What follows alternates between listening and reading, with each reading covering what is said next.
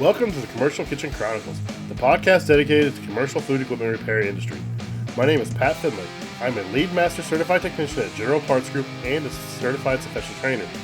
My goal is to shine a light on what I believe to be one of the most interesting and rewarding industries a field service technician can work in. I love the work I do, and I'm glad you're here listening to this podcast. Today we talk with Joel Block from General Parts, Minneapolis, Minnesota. So what's going on, everybody? Tonight I have Joel Block on. Joel is a technician of General Parts out of the Minneapolis, Minnesota branch.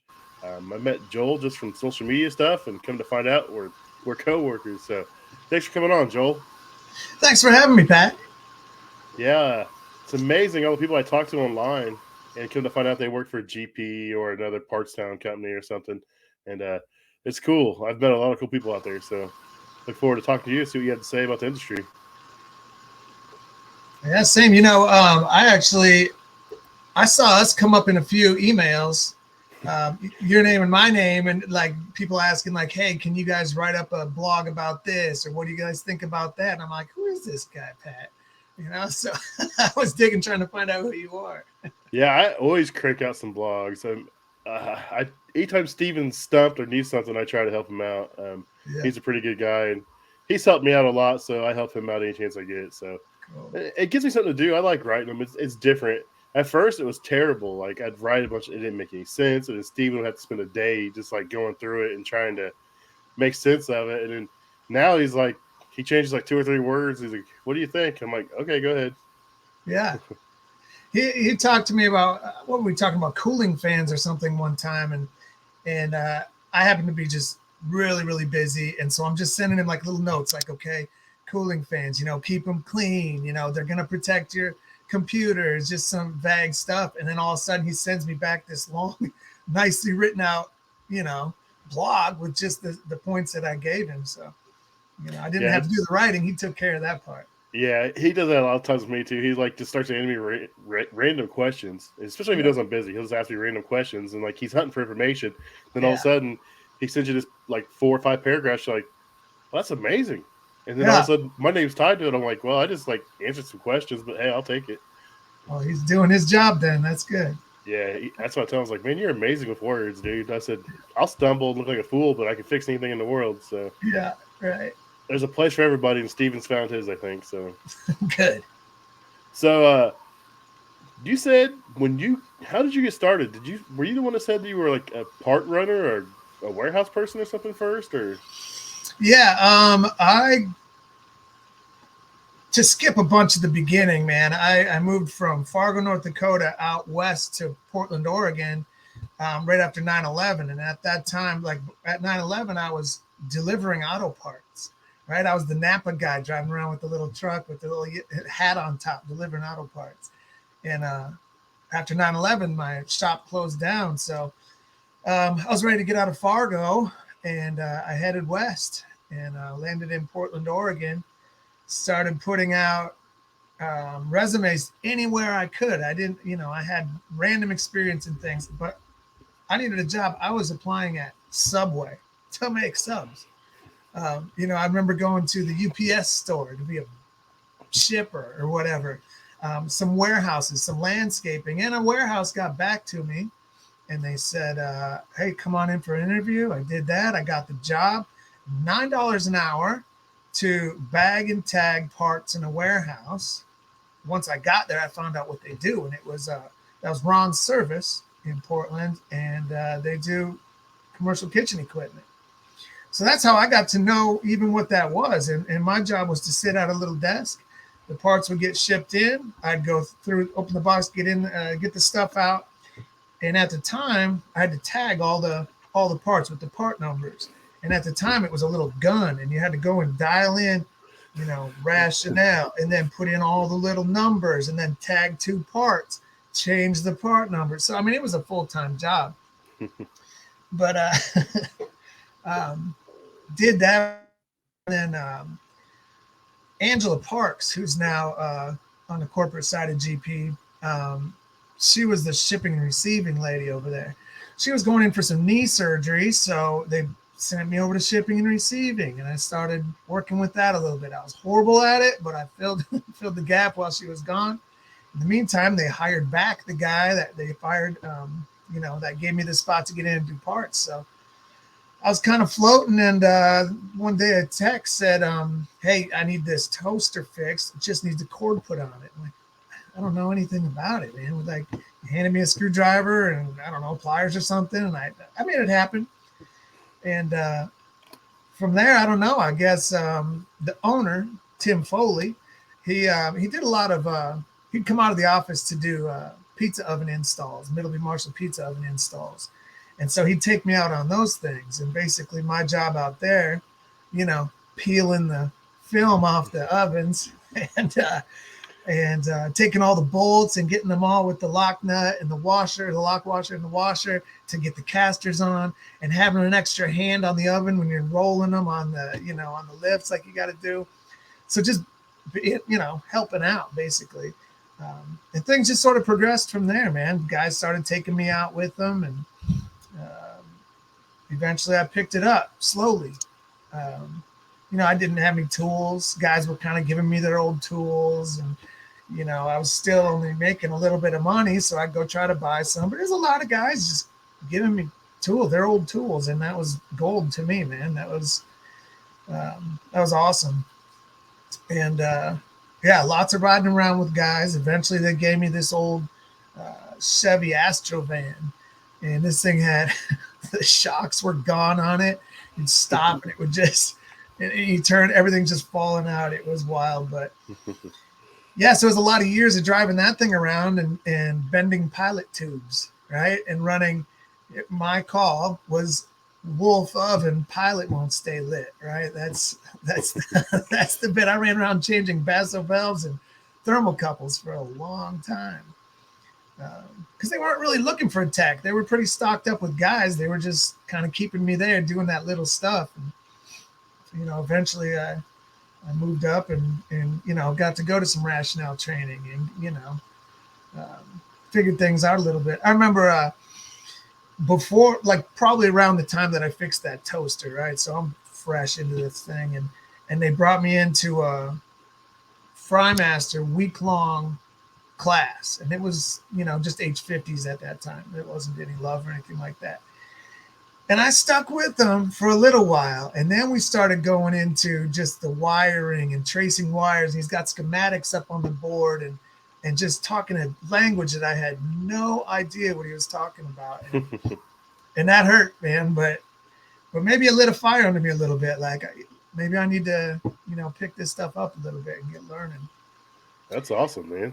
So things went from there, marking parts, shipping, receiving, helping out, and eventually out on my own. That's a pretty cool little story, man. Just helping out and never know where it leads. So I feel like starting at the bottom it's made me more proud of what I do today. And it's made it harder to walk away. Like I've thought about walking away and doing something else a lot of times, but I went through a lot, man. I walked through the fire. I had no knowledge. So I've been out there beating my head against this stuff for so long. My service manager, Lonnie, out in Portland once told me, he said, "You've done so much with so little for so long that I'm about ready to put you on anything." It's like, I did, but I learned the art of talking my way through a situation, using my resources, calling for help, manufacturer tech support. Oh my gosh. Like I know all those guys. Yeah. Sounds like you had a long way to go like I did. Like I was an electrician, so I understood a little bit about electrical, but I didn't know gas. I didn't know plumbing. I didn't know anything else when I started. And my training where I started was like 2.5 weeks. And the day my uniforms came in, they're like, "Oh, tomorrow you're going out on your own." Yeah. I was like, all right. So luckily I had my dad, and he worked with all the guys I worked with, so they treated me pretty well. I didn't get beat up on. I didn't get ignored like most of the new guys would. As being a new guy going to a company, they're not going to give you the respect. They're not going to do anything. You got to earn it. So luckily, he worked with these guys, and they knew him and respected him. So I had it pretty easy.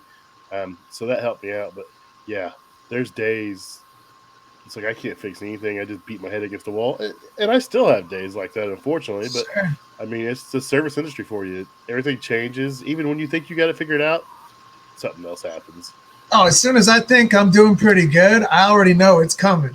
I know I'm about to get beat up, and it'll take everything I know, everything I've learned, all my resources. Sometimes it still doesn't go. But I like to think of it this way. When I'm sitting there and I'm stuck and I'm like, I'm never gonna get out of here, I can remember that I'm not still anywhere. And I've been a lot of places, like I'm gonna get out of this That's a somehow. good way to look at it, man. Because I mean, I'm guilty as everybody else. You get that one call first thing in the morning and beat you up, and you just let that ruin your day. And Yeah. I try not to let it do it, but I mean, it happens. It's just part of it. But I like your outlook and your look on it, your take on it. So I'm gonna start using that, man. Right, it helps because sometimes it's like, and I won't leave, like I don't pull out. I don't just Hmm. say, well, we'll come back and check this out. Like Nope. I have to have some sort of solution. Now I have some different solutions sometimes, but you know, I need to try to order this part, come back and try this in there before I can move past that because I'm stuck on that, but I can't prove it type of a thing. But I'll stay and grind because that's how I learned, man. I learned by just getting in there, digging in. Sometimes when I follow guys up, I'll just go that extra distance right away, take it apart, look at it, see what's going on. Turbo shot, pull the mags right away, pull them, open stuff up. You Hmm. know, the answer's in there somewhere. That's awesome, man. I love this, dude. We haven't talked until today. Just short comments back and forth on Facebook, and I'm glad this actually has happened because you're a pretty cool dude, man. So, You lagged out just a second there, probably just on my side, but I missed the question. I said, do you do just cooking or do you cold side as well? Yeah, just hot side. Man, I've been hanging on tight to that. There's days I wish I didn't do refrigeration, man. When I first started, I was hot side only for like 3 years, and I have ADHD, so I get bored real easy, and I got bored real easy with the hot side stuff.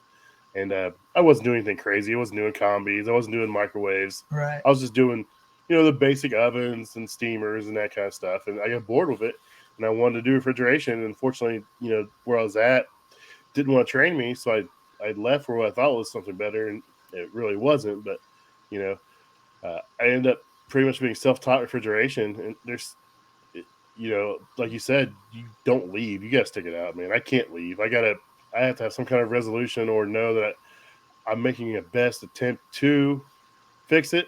So, I mean, I've came back on Saturdays. I've stayed, 15 hours on jobs. Yeah. It's just I can't I can't leave it. So, yeah, you're a lot like me. And it's nice to be, I mean, for so long, I was the low guy on the totem pole, right? And so I felt like if I'm there this long, it's because I'm dumb. I'm not getting it, right? Hmm. Somebody else probably would. These days, I feel, I don't, who else am I going to go to? It's like I have to do this. And I know that me leaving and bringing someone else in isn't necessarily going to be the right answer. I have to figure out because who else is going to do it? Yeah, everyone always asks me like, "Why don't you call the factory?" I'm like, if I have to call the factory, it's going to be a really bad day for me and the guy on the phone because he's going to want to start at the very beginning. I'm like, no, go to the back of the book because this is where we need to start because I've been through all this. But And you have to tell them sometimes. You got yeah, to yeah, tell them, like, I know you talk to idiots half of your day, hmm, and I'm an idiot too, but I've already gone up to this point. yeah, So if you feel like you need to go back through that to feel good about it, like sometimes I'll call and I'll be like, because I know a lot of the guys at tech yeah. support, I'm not afraid to call. And I'll be like, Marshall at Alto Sham, are you ready? Did you have lunch yet? Because we're about to deep dive this thing. Yeah, you know, yeah. That's what I always tell them. Is like, if I'm calling you, it's going to be bad. And generally, I'm bad about like once I get in the model too. Like, what can I help you with? And I just start rattling off all kinds of readings and information. They're like, "Whoa, whoa, whoa, stop, stop, stop! What have yeah, you done?" And I tell them, they're like, "Oh, okay," so they yeah, know. So I just bombard them with information off the bat, and hopefully they catch my point, and that I'm not someone new that just started or something. yeah, right. What's the gas pressure? It's good. Dude, that is my biggest pet peeve, man. I got a guy that's been doing this 17 years. He'd call me, an issue on a fry or something. What's your gas pressure? It's good. No, no, no. It's good is not a reading, bud. It's good as you just telling me it's good. So, And there is that, but I've also had guys when I'm talking to tech support or something like, what's the gas pressure? It's good. I know it's good. I've recorded it. I know what it's supposed to be, but I've moved on and I'm thinking about something else Yeah. right now, right? So that goes back to Mm-hmm. I'm up here, you're still back here. Like I've already come through this. It's good, but I get it, right? Again, they don't talk to us every day, right? Yeah. They talk to Johnny Wrencher from, whatever anybody calls tech support, it seems Oh like. yeah. Owners that lie, texts that lie, people that are, they talk to plumbers working on stuff that, hey, they ask me, look at this, what's this do? How do I turn this thing on? I mean, Yeah. and I'm not beating up on nobody. You got to start somewhere, but at least have some information for them and know Yeah. how to use some tools. That's the bad thing. You hear horror stories all the time about guys at the factory. Well, I had to explain to the guy how to use his multimeter. I was like, oh my gosh. Well, that's a good place for, if they can somehow funnel that through to their newer tech support guys, right? Mm-hmm. Newer tech support guy, handle this guy, right? I think Blodgett was doing that for a while. They'd have guys answer the phone, and I would tell them like, I need help with this. Like, can you, and they would bump you up to, DJ or the next guy because they're like, okay, I only handle, you know, DFG 100 questions. I don't handle, the combi questions. Yeah. Yeah, that's a pretty decent point. I almost wonder if like Wellbill's doing that now because they know who you are by your phone number now and name. So I almost wonder if they're doing the same thing behind the scenes and we don't even know it. Ah, yeah, they know who you are, but they still ask you every time. Oh yeah, just to verify. Well, I mean, people get fired and give phone, companies just share phones. You never True, know. true. Some of the smaller companies probably, I know we disable the numbers and give a new number out, but some companies don't do that. They just set a phone in the drawer, and next guy gets that phone and all the numbers and hope it's not bad. Good point. Yeah, that can get weird. Well, so let me go back to I got my own van right after going through some stuff back in Portland at Ron's Service. Man, Hmm. they treated me like family. I was there for 13 years. I heard a lot of good things about them, man. Yeah, dude, Yeah. we did a lot of rationale stuff. We installed a ton of ovens. We did everything. We had some good guys over there, um, and dude, they saw stuff in me that I did, especially the owner Tim Foley. Like he kept going to bat for me, man, because dude, a lot of that time I wasn't living a life conducive to being a technician. I was still young and partying and stuff, and I'd be calling in sick sometimes and doing stuff like that. And he kept me around, man. And but eventually, uh, I heard Ron Service felt like it was something was going on there, and there was rumors and everything. And right at that time, I was approached by a mechanical company that said that they had a small local chain burger place, and but they're gonna try to get their hot side going. And so they offered me $9 an hour more to go over there, and I talked to them a bunch. I didn't want to leave, but man, I did it. I left them, and it was hard. I felt like I owed them a lot, but I left, and it was a good move, man. It worked out awesome. It was a union company, like they had plumbers, they had they had all the guys, pipe fitters, they had sheet metal guys, refrigeration guys, but there was two of us that just did hot side, and they kept us out of the union. And so what they ended up getting drummed up for us is they took Alto-Sham warranty work and Electrolux warranty work from Braun Service / General Parts, which it turned into. During their switchover, we ended up getting those. And so I worked on Alto-Shams and Electrolux combis all day, every day, except for some 1980s fryers here and there. And so that was 5 years there, just me and a guy named Jake who came over from Ron Service with me, a young guy. And I ended up getting the Tech of the Month thing with Alto-Sham. And our little company with the two of us, we got Service Company of the Year from Alto-Sham. Dang. If they're doing it on numbers, that's cool. There's just two of us running around just doing that. So, but that was awesome, And then we started getting that company a bunch more work. And eventually I found myself married with kids. My wife's from Florida. I'm from Minnesota, and we're in Oregon. And it's like, man, we're taking vacations to Minnesota. I don't have a babysitter. I don't have any family here. So we're like, well, let's move to Minnesota. And so I called around everywhere before I moved here, and eventually I landed with General Parts, and it's been awesome. It's been really good. That's cool. So you've been here what 5 years? You said, right? Yep, 5 years. Made it through COVID. That's That probably was scary for you because they the way they did the COVID layoffs kind of scared a lot of people. Um, yeah, and I stayed on, which I wasn't a big fan of that. I think they because at our branch anyway, they just like seniority cut, kicked it to the curb. I'm like you could have got rid of this guy and kept this guy. I'm like but I mean that wasn't my decision. They had little time to do it and they just did it as fast as they could. I get it. it seemed like a rush job. I mean, I don't know. That'd be tough, but Oh yeah, and I don't know it who would made be the tough. decisions, but at No, our place, it wasn't seniority.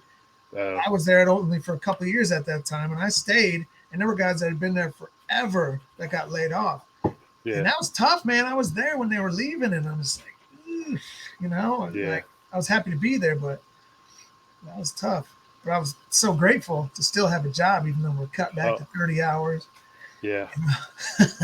I don't think I ever seen 30 hours. I stayed pretty busy. I did too.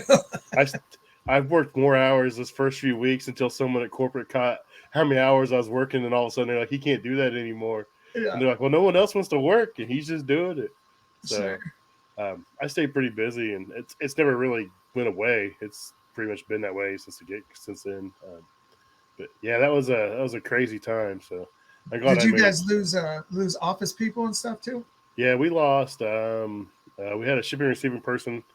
We lost, and then we had yeah, yeah, we lost shipping and receiving person. We were down to 8 guys in, so we didn't have a huge office staff. We had two managers, we had a dispatcher, and we had a shipping and receiving person. So the two managers kind of fill in everywhere else where it's not needed. So right now they're doing shipping and receiving. We're back up to 8 techs now.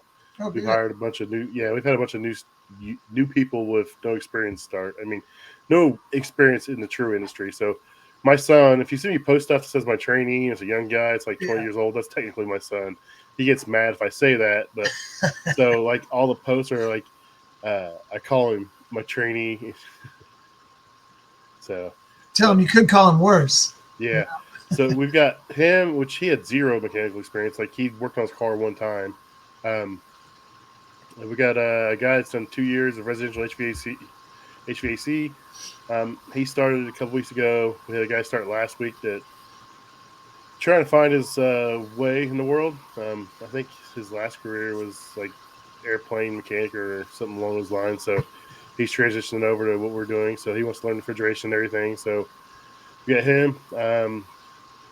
We got another guy that's been in the industry for a little while started. So we're back up to 8, I think, 7 or 8. So it's looking better. It's just coming along. But for the longest time, we didn't even get applicants, man. It's Yeah, such a weird time. right. And Yeah, now where's everybody? yeah, Right. and now it's pretty much like, well, if they apply, bring them on and see what they can do. So If they apply, give them a try.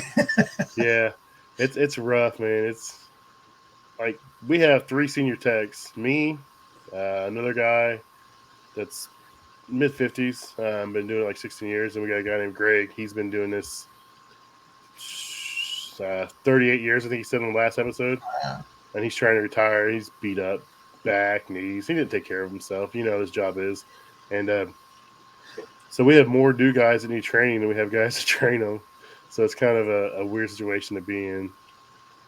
Speaking of guys getting older and getting out, I keep thinking we need to try to find a way to take care of the older guys because we Yeah, can't do this forever. But we have all the knowledge, right? But our knees, it gets hard, dude. And so these guys just keep going until their body falls apart.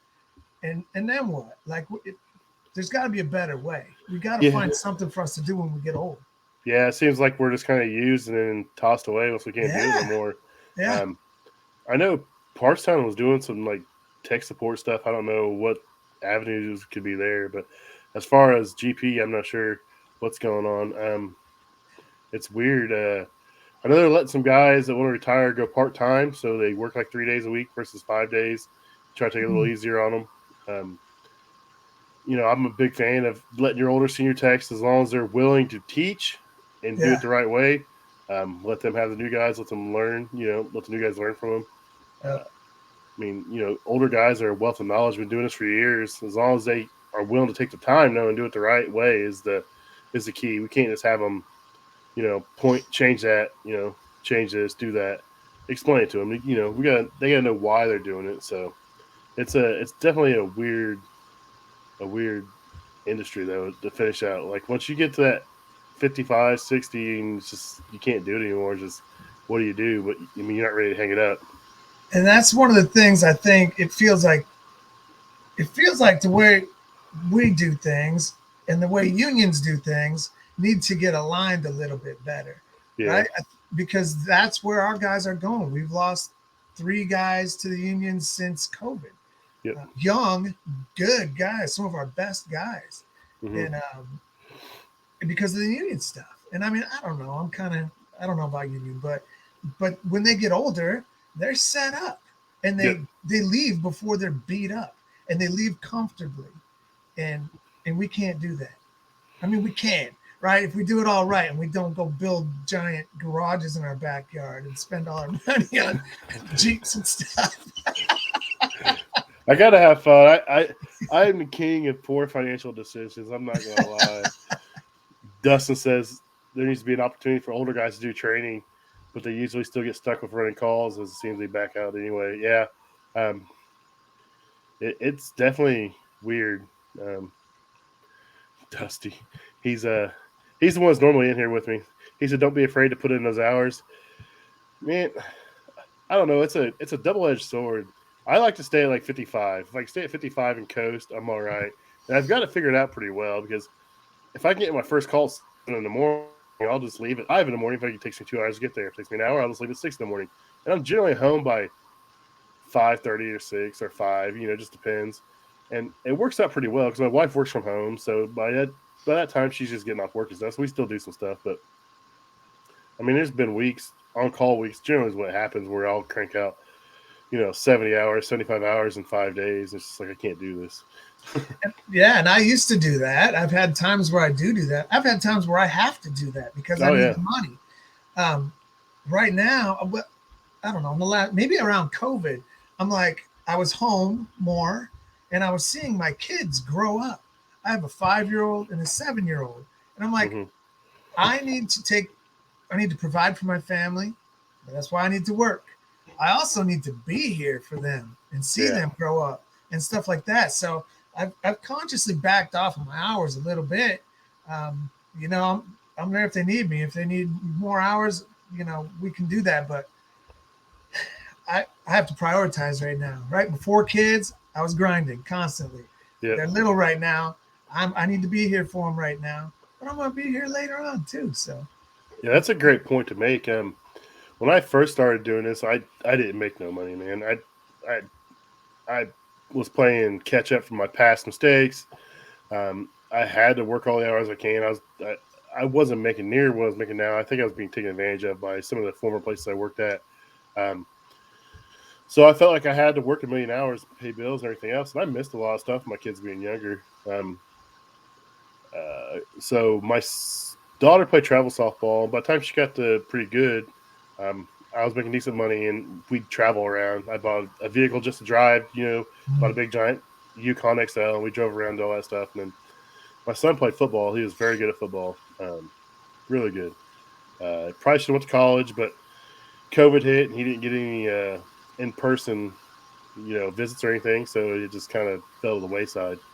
So, but he was in 8th grade, and his game started earlier. They changed the time, and I couldn't get there because I was at work.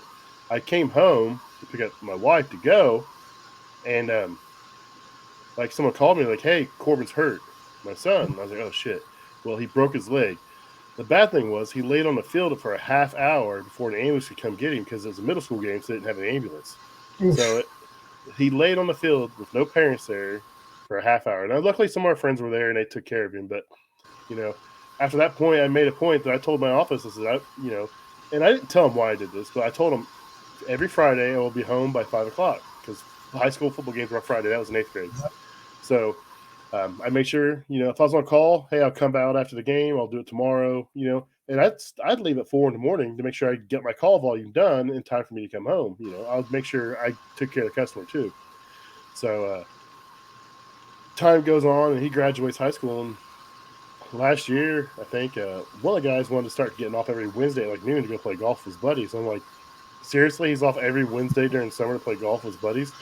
And my dispatcher looks at me and she goes, "Well, you used to be off every Friday by 5 to watch your son play football." And I was like, "Whoa, whoa, whoa!" I was like, "I never told you why I did that."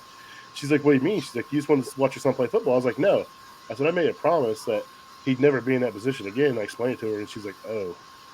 I was like, "So I mean, I try to do things for my kids, but I miss a lot of stuff when they were younger, and it sucks. I mean, I've missed school stuff, uh, programs, birthday parties. I mean, you get addicted to the money, Yeah, and then you get addicted to not struggling too. So it's definitely a battle. It's kind of a weird point, weird thing to do. it is, and it was. I'm starting to get a little comfortable with that. Comfortable with my decision to do that. I mean, Hmm. I've given, I've given a lot to work, and uh, and I've got more to give, but I've also got a family to raise, right? I gotta have a job, make money to support my family, Yeah, but I gotta be with that family too. My job is more than providing money for them. yeah. I mean, GP has done a big push. So they're seeing that now, and I don't know if that's part of the PT Holdings thing or if it was a push before, but they're I know my brain especially it's more of a your time's more than just work. They want to make sure that you can do things for your family, do things for your kids. It's become more of a priority than it was in the past. Um, but I'm guilty about I don't want to let a customer down or I don't want to let GP down a lot of times. And now it's not so bad 'cause my kids are older, but when they were younger, I shouldn't have done that. I should have focused more on my kids like you're doing now. So that's cool, man. well, here's another thing. What do you think about on call? Johnny's Pizza calls in, right? Saturday night. Their pizza oven's down. Who's Johnny's Pizza? Da-da-da, not in the system, never heard of them, or we've been there once. I need you guys out here. My 40-year-old Blodgett pizza oven's down, and I can't make pizzas. I'm doing something with the family or whatever, even if I'm not. Is it our duty to take that call from someone who doesn't use us normally? Their normal guy doesn't work on the weekends.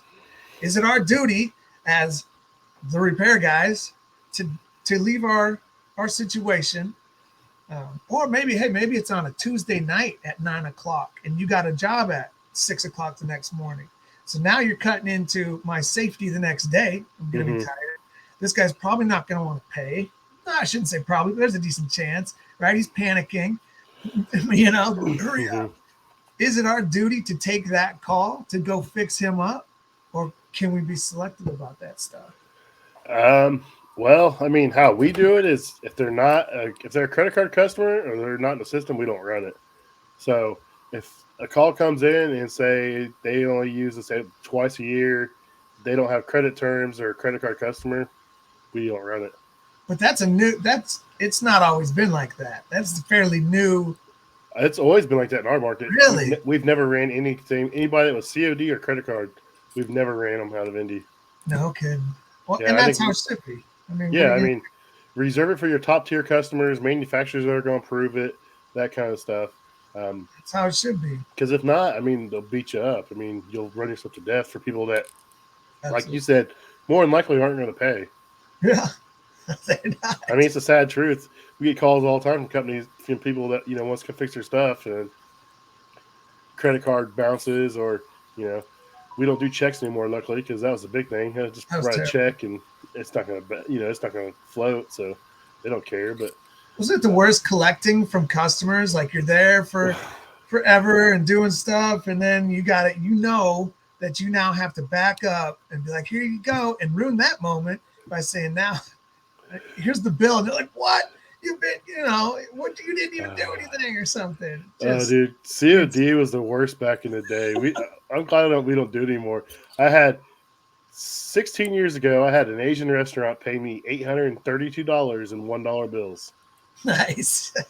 He used all his tip money and paid me. And I was like, "You got to be kidding me!" And I called my boss. He's like, "Just go get a money order." And I'm like, "Dude, it's $832 in ones." I think it's going to take me like a half hour to get a money order because no one's going to want to count this. It had all been folded and wadded up, I'm like, this is ridiculous. He had $100 bills sitting there too. And probably. He just started counting out $1 bills. I was like, no. I was like, this isn't going to go like this. And sure enough, it did. My boss in Portland, he a couple times, he's like, somebody promised, yeah, we're going to pay. And then you get the job done. They're not paying. Hey, boss, what do I do? Pull the parts and get out of there. Rip them right out of the oven and leave. That's bad, man. That is bad. I mean, you do the work. I know. They're stealing, right? So. That's why we, if it's a credit card customer or a COD, which is credit card now, I mean, we pre-authorize it for a certain amount. I mean, before we even will go. So, And I think that's part of the reason why we don't do the overtime things because we have no way to pre-authorize it as a technician. Sure. So, I mean, I've had our after-hour service of like take people's credit card numbers and stuff. I'm like, why are you guys doing that? I'm like, you can't do anything with it. There's no point. Yeah. I'm like, you guys shouldn't even do that. So we used to do that. We'd write it on the work order. It's like, we'll do it next week. Dude, I hated COD. That was always bad. Been waiting on a check, and then they're just beating you up the whole time to write the check. Well, you didn't even do this. You didn't even do that. I'm like, yeah, I did. Well, I don't know what I have to pay you from driving from here to here when you. Right. It's like, oh my gosh, I'm not here to beat you up, dude. I fixed it. Unfortunately, I have to be the guy that takes the check. Yeah, it helps so much now. I feel like I remember back in the day, there was service manager was always on the phone with somebody complaining about a bill or this or that constantly. It was like calling the cable company every couple months to get your cable down. People would call about every bill and see what they could get. I feel like that's not happening as much. Man, we have a customer, literally, we will write a quote. I will come in under the quote that he approved, and he still calls and complains about the bill. I'm like, dude, you approved this amount, and I came in under. Why are you calling? Like, you lose every right to complain at that point. Yeah. If I went over, it'd be a different discussion. But I went under what you agreed to, and it's still an issue. Yeah. Everybody got to say something. So, Chilled Guy, he does some pretty cool stuff. He does a lot of residential stuff, but he has a good point. He says some of the best techs are the worst teachers. All the knowledge, but no patience. I run into a lot of that in my position. Yeah. Hold on just a second. Getting over a cold. So I'm the lead tech in Indy, and I get all the crazy rationale calls people can't figure out, all the refrigeration calls people can't figure out. So a lot of times having a new guy at me makes no sense because, like you said, you spent your first year bending pilot tubes. Well, guess what? They're not sending me on the millivolt fryer. They're not sending me on the basic convection oven. They're not sending me on the range. They're not sending me on this. So the guys around me a lot of times don't get to see all that stuff. Right. So there's a balance to it. So I've been trying to make a point to like, hey, rotate the guys around to different guys, so they kind of see a different stuff. Because we all get stuck in a certain genre or a certain niche of stuff we work on. Yep, I'm holding true to the Alto-Sham thing. I chase those things all over the place. That's been my bread and butter for a good while. I started up 4 today. One was they're all 480. It was a double stack set of CTP 720s, and then it was 2 2020s, the big boys, and one was literally 3 inches from the wall on the left. Nice. In a brand new school cafeteria. I was like, tons of room in there, probably. It was out on the serving line, and the hood is under like a 6-foot hood, but instead of putting it in the middle, they slid it all the way over so they could slide a table next to it. I'm like, this ain't gonna work. And that's why we do call us, site survey, do the thing. Yep. Yeah, they're the kitchen people are actually coming back to fix it because we didn't install it. I just went and did the startups and. Yeah. I was like, dude, this can't be here. And it's like, it's sitting on the floor drain. They got the brass floor drain thing in there, and that's what it's sitting on. I'm like, you can't even move this thing, dude, because if you move it over 3 inches, it's going to fall in that hole. I was like, this thing weighs like 900 pounds, man. Yeah, and then when you got to try to move it to get in the left panel over there. That's what I told him. I was like, anytime someone has to service this, I said, they're going to drag it across the floor. It's going to scratch this floor up. I said, move this thing over. I said, get rid of that table. And they're like, okay, they're going to move it. So I got lucky there, but. An old contractor on a construction site showed me a trick one day. I had a double stack of 720 skis with a hood, and I needed to move them, and there was tiles and they were sticking up and stuff, and I'm just struggling over there. And he's like, hold on. He goes and gets this big sponge and comes over with soapy water and just right around the floor. And wouldn't you know, that thing just slid real nice on there. Really? Yeah, it helped a lot more than I thought it would. That's crazy. Yeah. So you do a lot of comedy work, I take it then? Combi? Yeah, pretty much all comedy work, or? Yeah, I do a lot of combi work, but and in the past I've only done combi work. Right now, because of our dedicated tech programs, here's what I'm dedicated tech for: Alto Sam, Pitco, Blodgett, and Vulcan. So I only got the Alto Sham, a backup rationale, which means they carry like 10 rationale parts, and then that's all I got, luckily. I would rather I'd rather just do combi ovens all the time. Yeah.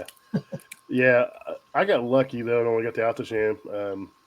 I've done rationale. I've done rationale for 11 plus years now. Yeah, me too. I did rationale before I realized they were rationale because they were always rebadged with Henny Penny because I was doing it in Myers. Yeah. And I went to rationale school and I was like, oh, I've worked on these. These are Henny Pennies. They're like, no, they buy it from us, put their name on them. I was like, oh, okay. Yeah. So. Yeah, I've been to Schaumburg twice. Been through been through Pete's week of training twice. Been to Alto Sham twice. But because of dedicated tech and because First Time Fix is number one, they don't let me work on rationales because I don't have the parts. Yeah, I'm the same way. I get like thrown to them occasionally. I get to install them. So, Yeah, because I'm just, when it comes to install, I'm the fastest person and it makes it look the best. So sure. it's always me. But generally, I don't work on them. And then I do some PMs at schools, a lot of combi PMs, and I've got 53 rationales at my different customers that I PM and stuff like that. Yet when I PM them and something's wrong, they send, I do the quotes and everything, and then they'll send a rationale guy out to do the work. So I don't think it should do that. I think it should still be you to do the work because you already diagnosed it. You already know what's wrong with it. It's still going to be a first time fix because it's still going to be first time coming out of the part, so it doesn't make sense. I didn't think so either. But I don't. Me and the first time fix thing don't get along. I'm like, because it's so unfair. Because like they want to give us our first time fix, but then there's stuff that's not even on the first time fix program that goes towards it. I'm like, no, this ain't fair. Everything. I'm like it's all calls though. It's not just the first time fix program stuff I'm on, the dedicated stuff. It's all my calls. I'm like, that's not fair at all. I was told at my last review that I had the best first time fix in the company, the whole company. They're like, how do you do that? I'm like, estimates. Writing estimates. I go in there. If I can't fix it, if you just want to see a first time fix, then I'm doing an estimate, Yeah, there's ways around everything. Yeah. If that's what you want to see, we'll make it happen. Nice. What else? What'd you do today? I had the startups. I was a little bit everywhere. I had those 4 startups. You do any dish machine or disposal work? Yeah. So I had a school. I went there to look at a cooler. The cooler is like a 30-year-old Hobart on the R22. Coil's rotten, leaking, so I can't fix it. So I heard disposal. I was like, man, what is that sound? It's like it's golf balls in there. It's an old Waste King, dude, and the bearings are out of it. The disposal's like 15 years old, but the controller that's controlling it's like 50 years old. It's just a nightmare. So the piping's all galvanized pipe. Yeah. It's all just like it's not supported. It's just bouncing around under there. The solenoid's bad. There's a vacuum breaker up underneath the sink, which is against code. Yeah. I'm like, so I messed. It wasn't when it was installed. That was right in code. Right? It probably was back then, true. So, but I went and looked at that. So I condemned all that. I'm gonna give a price just to rip it all out. I'm gonna use the mount reuse the mount for the controller and just do everything new. So I was working on that, and I worked on a Crown boiler based steamer. So was it labeled Southman? No, it was actually Crown. Oh, okay. So this school system is how I actually got the school system. Was I was in there doing work on a rationale because they had a mechanical company they couldn't fix the rationale. And they're like, hey, our other school is having a problem with their steamer. You know anything about steamers? It's like, oh yeah, I cut my teeth on them. So they're like, well, this guy comes in here like every 2-3 weeks and just flushes it out, and it runs fine for a week or two. And he comes back and flushes it out. And this thing was absolutely, it was old. Well, it wasn't even that old. It was a Morgan Forge, and all the air vents leaked. I mean, it just had never been PM'd right. And I came through and I put it on a pump overnight. I came back with anode. I came back with air vents. I fixed steam leaks. I fixed steam traps on the kettles, and like it ran great for like 6 months. And they're like, we're only calling you from now on. Like, we don't even want anyone else from your company. It's just you. That's the best, dude. Yeah. That's the goal, right? But then Market Forge got sold, and all of a sudden you can't get parts for this steamer that's like 4 years old. There's no parts for it. You're like, so they bought a Crown, and they got one big enough. It's like 300,000 BTUs to feed these two kettles, and so I bolted them all together and made it work. It looks cool. I mean, the kettles are like 50 years old next to a brand new Crown, but it's just got some steam leaks, and it's time to descale it. It's Christmas break, and it's had a rough few months where they just run it nonstop. I've got schools full of Market Forges, and there's water valves I can't get. I've already been through, going through all points and finding stuff that crossed over to, different things. And I'm like, start getting ready to get rid of this thing. Cause it's done. It's over. Yeah. What did it for me was I needed the brass. It had the handles on the side you pulled. It had the brass body there with the balls in it. Yeah. And it sealed it off and opened it. I could order one, but I needed two. And he's like, don't order either one of them. He's like, I'm not dealing with it. He's like, they just bought a brand new one. I was like, okay. That's good, man, because it's hard to get people lunch ladies, right, in schools. They don't want to get rid of those things. They love them. Well, that's the good thing. The lunch ladies all work for the schools, but the food service director is through a third party service. Oh, yeah. He generally pulls them pretty fast. I mean, they listen to him, so it works out for me. So how are we going to get some more people into this trade, man? That's the hot topic, right? And I mean, dude, I don't know, man. You're doing some things. I like what you're doing. Malachi, like making this a visible thing. And that's awesome. I think that's a good point. I've tried to get into schools and stuff like that. My boss is like, we've done that. It doesn't work. And I think I've heard you've done some of that. But just getting these guys that don't know about it, right? They're all going into HVAC because they know somebody that's got a boat and a nice truck and stuff like that, and they're doing HVAC.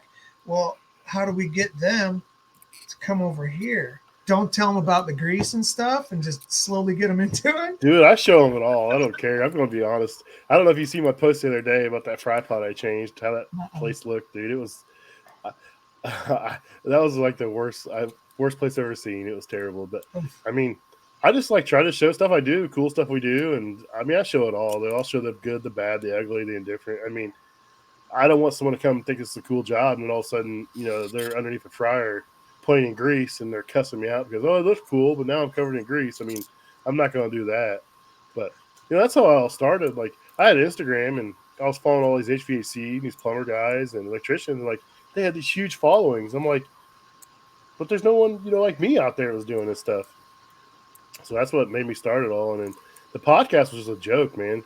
Like I said, I got ADHD, and I was like, one day I was like, oh, I want to do a podcast. No one talks about us, just being greedy. And I forgot about it. Yeah, I forgot about it. I was walking by Gary's office because Gary's based out of Indy. Oh, that's right. He lives. You see him all the time, huh? When he's in town, he's hardly never in town anymore. So he's like, "Hey Pat, I want to talk to you," and I was like, "Oh shit, what do I do?" He's like, "No, it's good. It's about your podcast." I was like, "Oh, he's gonna tell me I can't do it."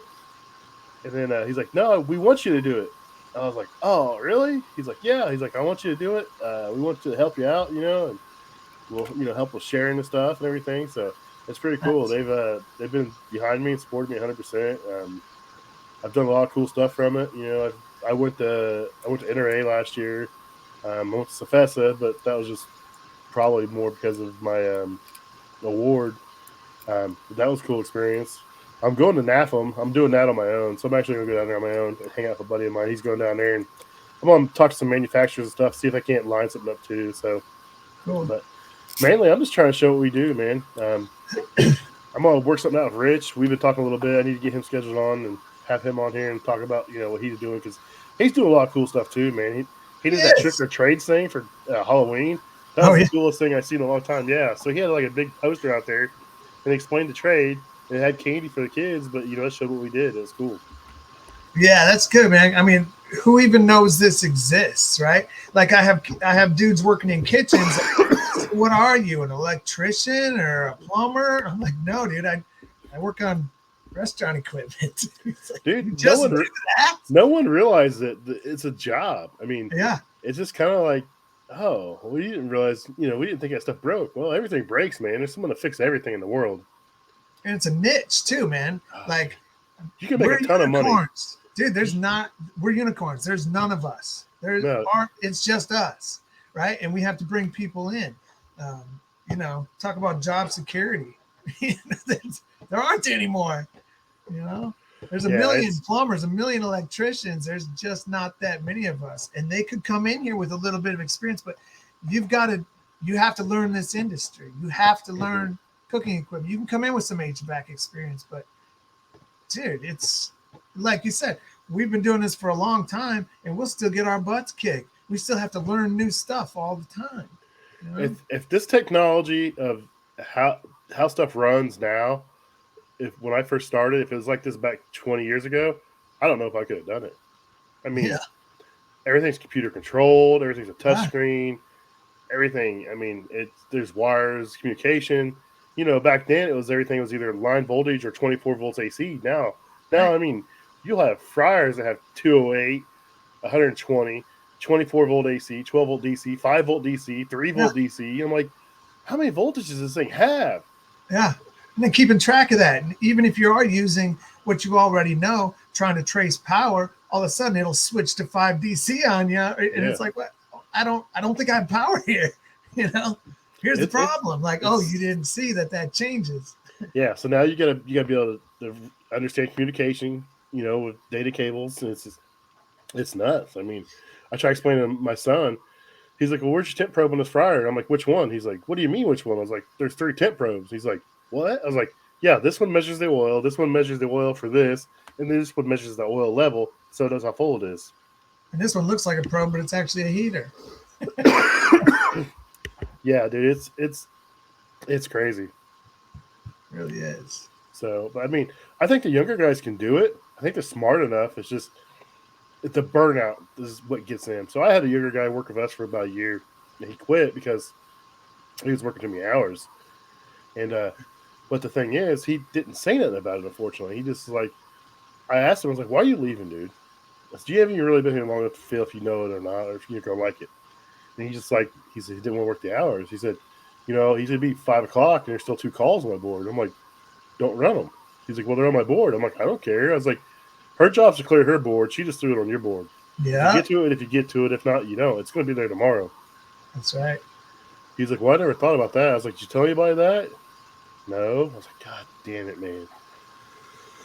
It's important to be able to work with your dispatcher, dude. Yeah. My dispatcher, Patty, dude, we're like the dynamic duo out there. You know what I mean? It's like we kind of got that, we work really well together and that helps. Like I tell her, here's what I got going on. And anyway, it just works really well if you have a good dispatcher. Yeah, you got to communicate, definitely. Communication with your dispatcher and your boss, goes a long way. Absolutely. Me and my dispatcher, we have our days where we fight like cats and dogs, and some days we're telling jokes, cracking jokes, and we're best friends. It's just how it goes. She calls me, she goes, hey, I got a question. I'm like, no, don't even bother asking it. No. She goes, have you heard it yet? I'm like, I don't care. The answer's no. Leave me alone. Yeah, I'm busy. I'm full. That's cool. So, you think you're going to get any of those new trucks out in your area or what? No, man? I tried. I just got mine last week with 16 miles on it. How do you like that truck body? Dude, the truck, the front, the cab, sick. It's so nice. It's so comfortable. Except for you don't have the center console to collect stuff. So I had all this stuff and now it's in boxes in the back of the truck because there's nowhere to put it. Is it a bench seat or is it captain's? Is it bench or captain's chairs? It's got You can seat 3 across there. Okay, so it's a So the bench. middle is just you fold it down. Yeah. It's got a little holder there, so it doesn't, so there's some.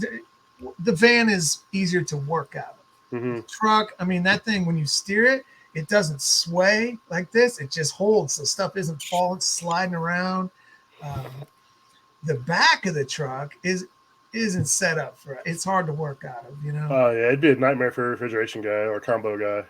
Yeah, and it's hard to get in there, and you got to go way in there. Yeah. And it doesn't have like closed cabinets or anything. It's just like the whole thing is a row of, I don't know, just a shelf. Yeah, I think if it truly was going to work in our industry, it'd have to be like the big giant KUVs, the big tall ones, where you Yeah. put shelves and everything in it and stuff.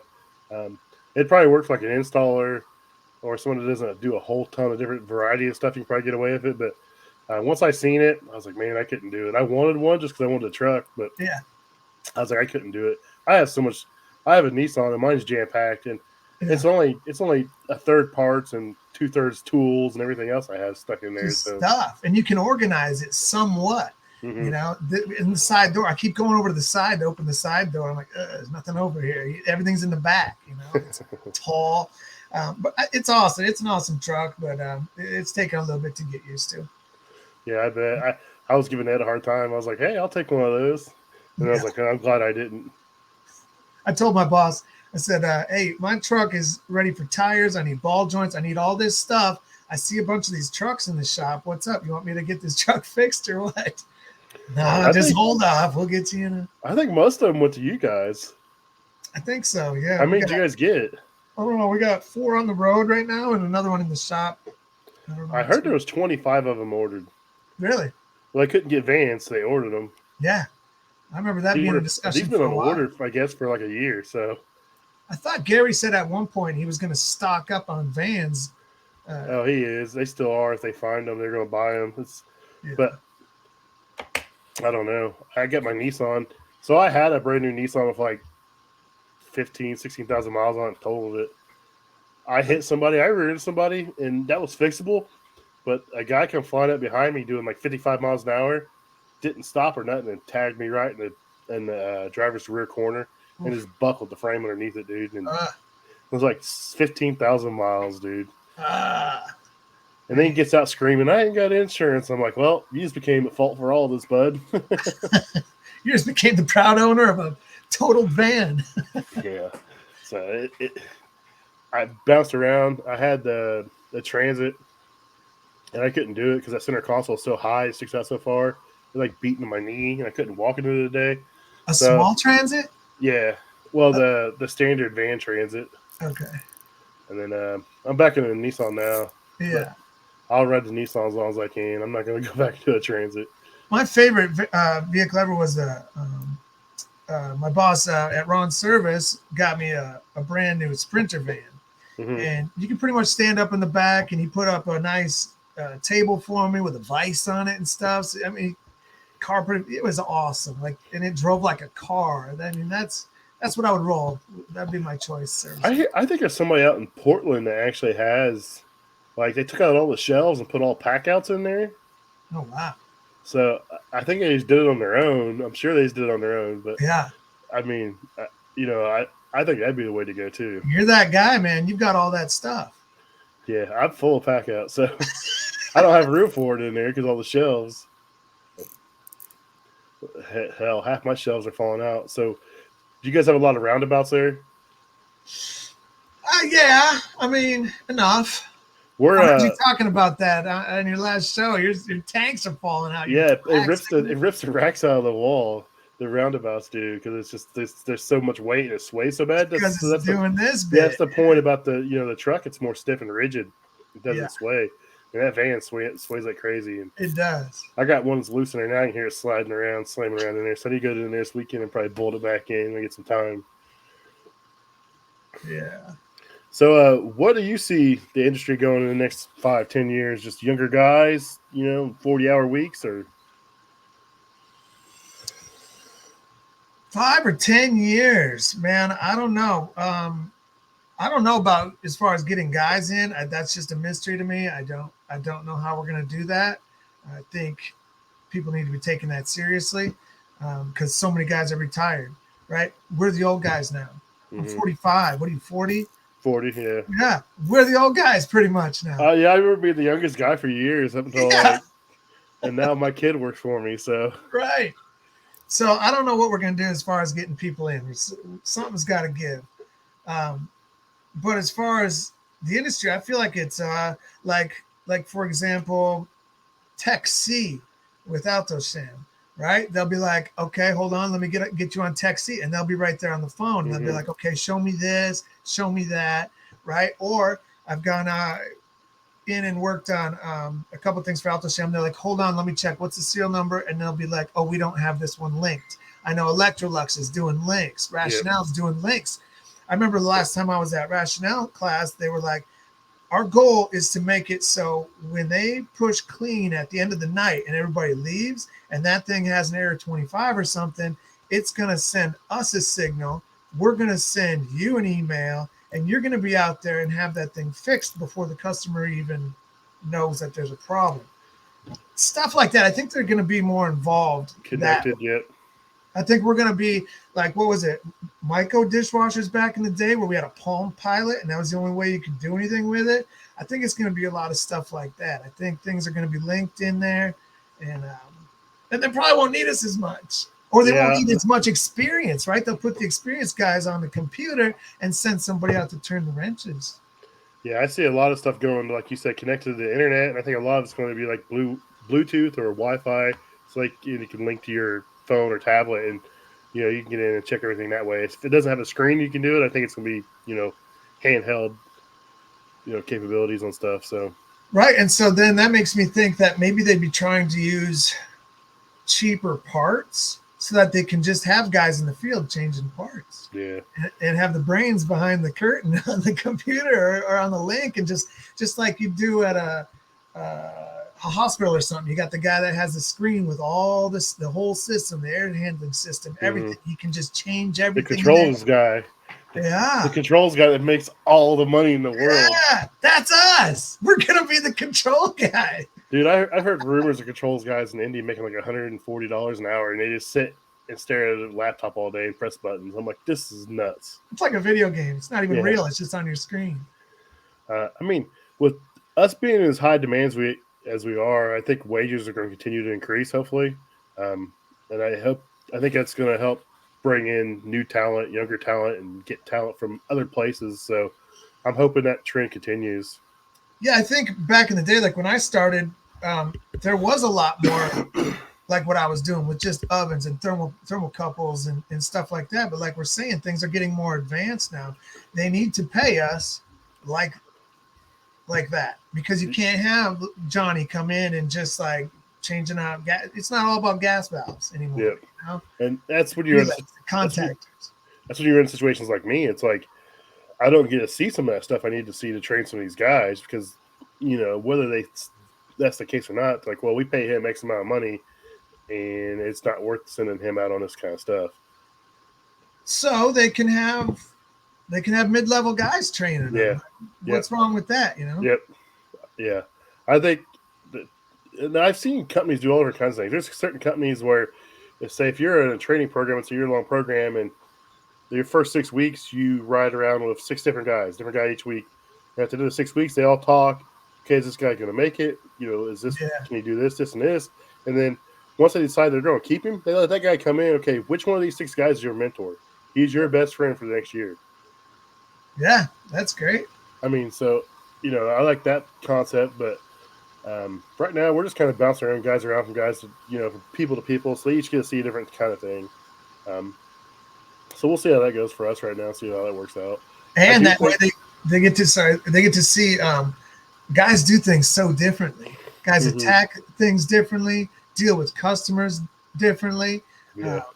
All that stuff. Like if I break my arms off today, I can go somehow deal with customers. I'm better at that than turning wrenches. I'm far better at talking to people than I am fixing things, because I can have a mad customer and by the time I leave, they're my best friend and I didn't even fix it. I mean, it's just, if you can talk to somebody, this job's a lot easier. It makes it a lot easier. And don't beat yourself up if it's not fixed, because it was broke when you got there.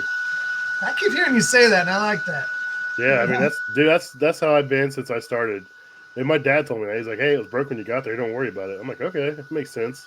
And on top of that, I've made a rule for myself. Like, I'm not gonna on a Friday. I won't go work on a piece of equipment that works. Like if I have a part, I got a unit working, and I need to go in there and maybe change something that I said I was going to. I'm not doing that on a Friday Hmm. because sometimes when you go work on something that works, when you're done, it doesn't work. Yeah, you just You created know, a big stuff old storm. happens.